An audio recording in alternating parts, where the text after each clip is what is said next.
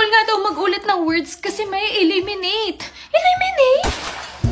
Kanya-kanyang pakulo ang mga kapatid natin sa paggawa ng Pinoy Edition Challenge ng Korean hit series na Squid Game. Sa halip ng mga traditional Korean games, ipinakita ng mga Pinoy ang literal na hamon nila sa araw-araw. Kagaya na lang ng paghiwa-hiwalay ng mga frozen hotdog. Sa lamig ng hotdog, tila frozen na rin sa takot ang netizen na ito. And speaking of hotdog, iba naman ang trip ng content creator na ito. Ang kanyang entry, tanggalin ang balat ng hotdog nang hindi napuputol.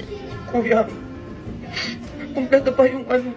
Napaiyak na lang siya sa tuwa nang sumenyas na ang pink soldier ng success. Ultimate test ng pasensya naman ang entry ng SB19 member na si Justin. Ang kanyang challenge, tanggalin ang buhol ng earphones. Paano kung ipahanap sa'yo ang dulo ng scotch tape? Mahahanap mo pa kaya?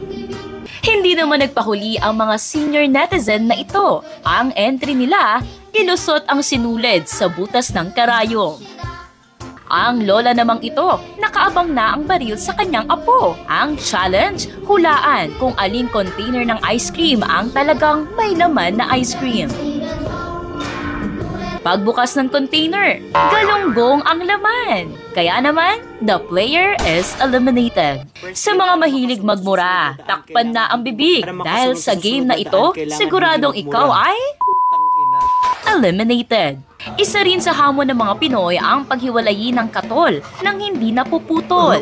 Kaya naman ang netizen na ito, concentrate kung concentrate. Pero sa dulo, the player is eliminated. Paano naman kung ang game ay bawal ang matalino? Ma-eliminate ka kaya o safe na safe?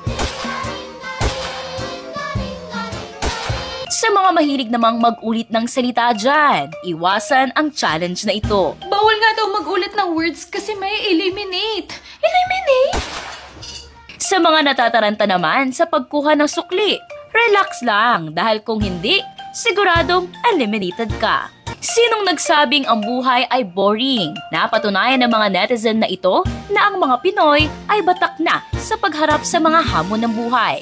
Kayang bumangon at tumawa kahit na tayo pa minsan ay matalo o ma-eliminate. Para sa iba pang nakatutuwang kwento tulad nito, mag-follow at mag-subscribe sa social media pages ng News 5.